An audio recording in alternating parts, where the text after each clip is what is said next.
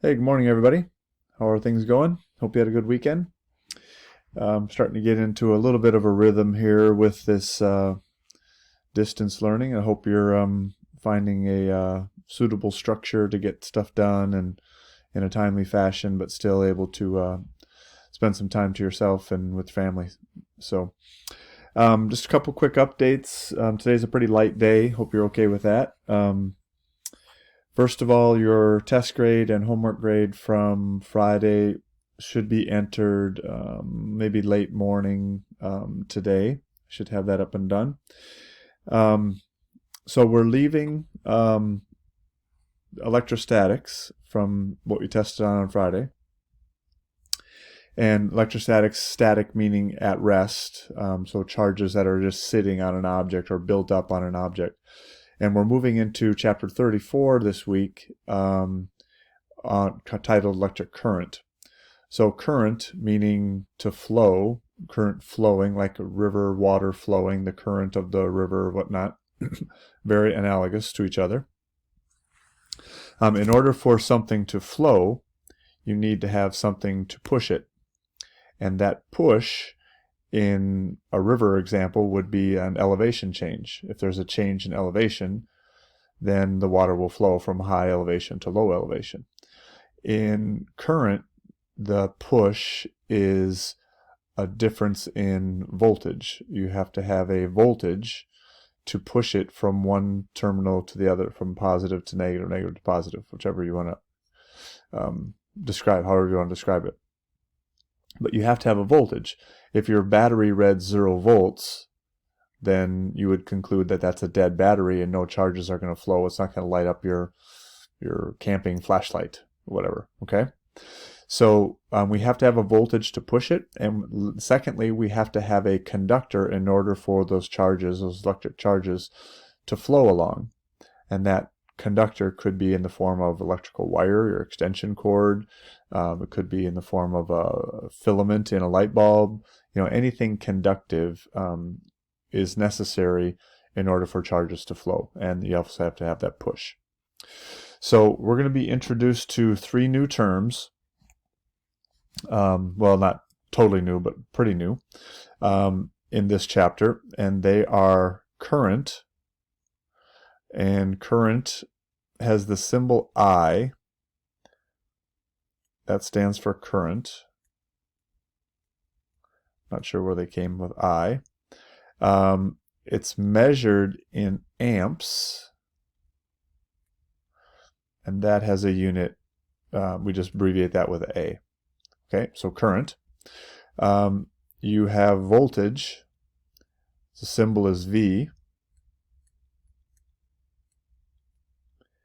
Voltage is measured, as you might guess, in volts, and the symbol for volts is just a V.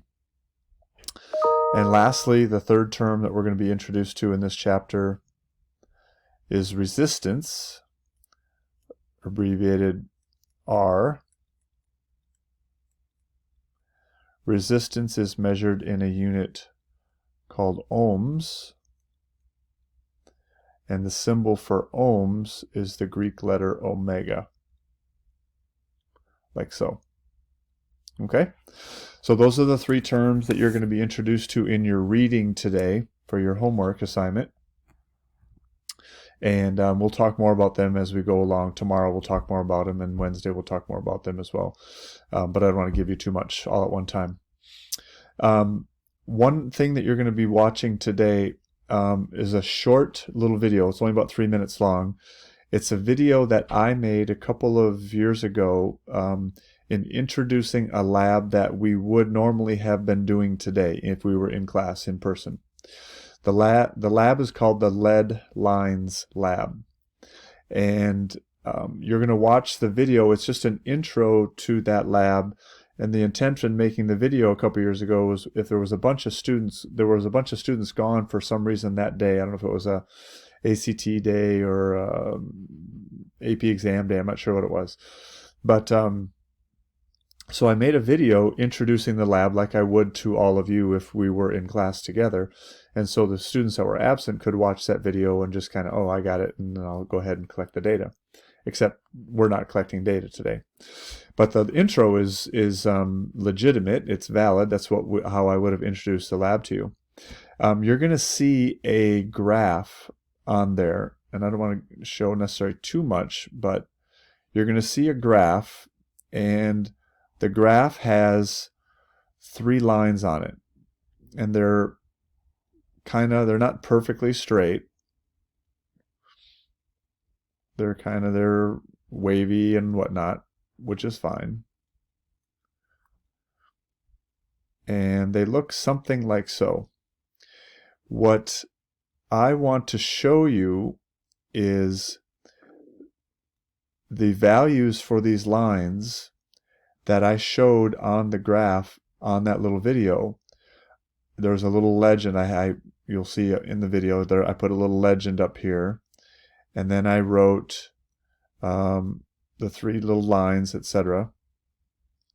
And what I did show you, but the red line corresponded to the value 2. This will make sense when you watch the video.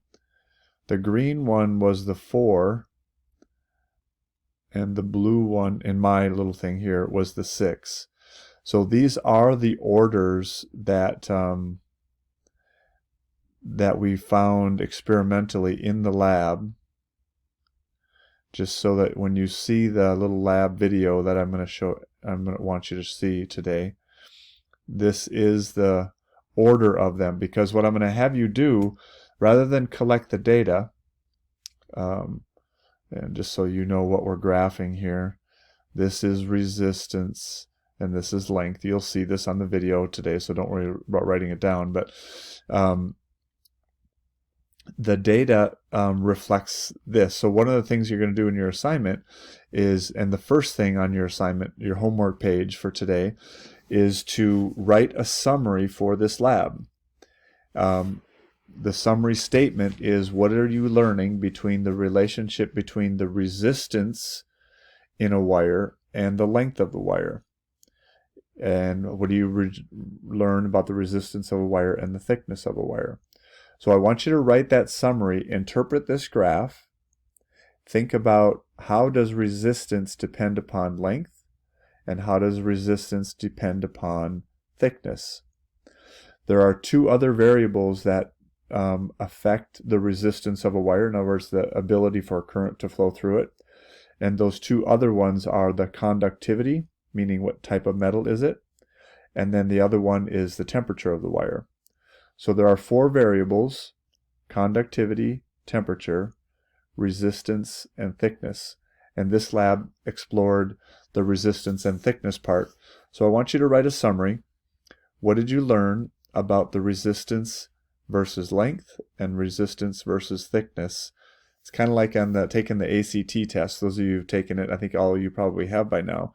The science portion is a lot about interpreting graphs. So that's what I want you to do for the first part of your homework assignment today, is to interpret that graph and what do you learn about the relationship between resistance and length and resistance and thickness.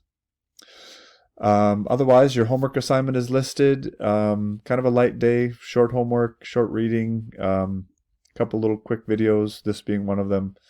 And we will check in tomorrow with some other new stuff. Hope you have a good day today. Take care. There will be office hours Tuesday, Thursday this week, and the test for Chapter 34 will be on Friday. Okay? So office hours Tuesday, Thursday, and test on Friday. You certainly can contact me through Schoology or text or whatever, and if you want me to pull up an office hour, make a Google Meet really quick and we can chat face-to-face if you'd like at any time, but scheduled office hours on Tuesday and Thursday this week. Okay? Hope you're doing well. Take care.